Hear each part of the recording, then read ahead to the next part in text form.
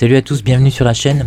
Aujourd'hui on va parler de Beetlejuice 2, Beetlejuice de Tim Burton, donc la suite du premier, donc qu'on a attendu depuis une trentaine d'années.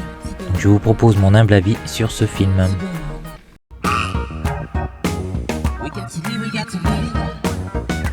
Alors le voici donc, ce second Beetlejuice, sorte d'arlésienne évoquée depuis des années, sans qu'on ose y croire, que l'on redoutait, tant son réalisateur Tim Burton, ex-magicien du 7e art, semblait avoir perdu sa patte et le charme particulier de ce style gothique qui a fait son succès. Renouer avec une franchise, surtout après tant d'années, est un pari risqué, qui a souvent déçu les fans par le passé. Les exemples sont légion, pensons à Star Wars, L'Exorciste ou la série catastrophique Willow. Le réalisateur avait donné des signes de bonne santé sur la série plutôt réussie Wednesday avec Jenna Ortega, nouvelle égérie des films de genre depuis les très bons mais singuliers X de Ti West. On peut ainsi affirmer qu'il confirme avec cette suite à son Beetlejuice de 1988, devenu culte avec le temps pour les amoureux d'un cinéma à l'ancienne.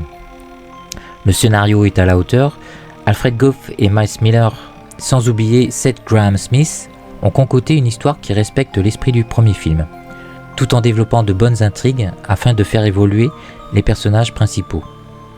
Notamment concernant la relation entre la mère et la fille, interprétée par Winona Ryder toujours et Jenna Ortega. Ne vous attendez pas cependant à un film au premier degré, même si certaines scènes sont assez effrayantes. Le film parvient à rendre ses personnages attachants. Au niveau visuel, le réalisateur a respecté les codes de couleur du premier.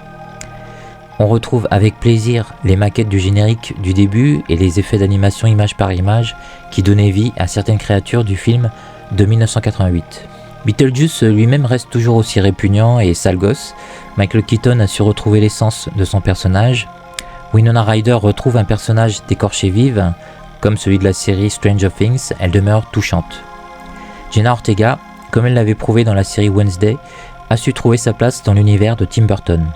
C'est aussi le cas de Monica Bellucci, nouvelle venue, qui visuellement n'est pas sans évoquer la Sally de L'étrange Noël de Monsieur Jack. Les références aux films de genre sont légion, comme ce délicieux flashback évoquant la production gothique en noir et blanc du cinéma italien.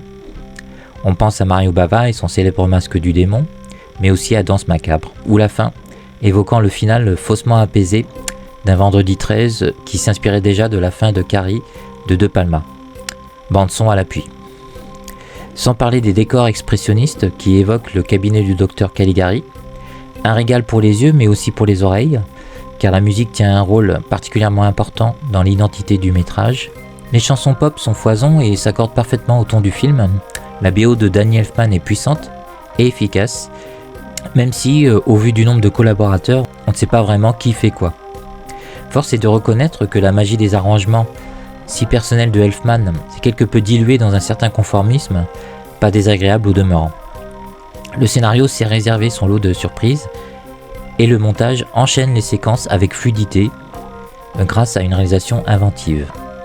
On ne s'ennuie pas dans ce nouveau Burton qui redonne quelque peu foi en son réalisateur, un film bourré d'idées qu'on aura plaisir à visionner plusieurs fois pour en apprécier toute la richesse visuelle et narrative. Un pari risqué, relevé haut la main après 35 ans d'attente. Bravo Monsieur Burton, n'hésitez pas à vous faire votre propre avis. Je vous souhaite un bon visionnage et vous dis à bientôt sur la chaîne si vous le souhaitez. Salut!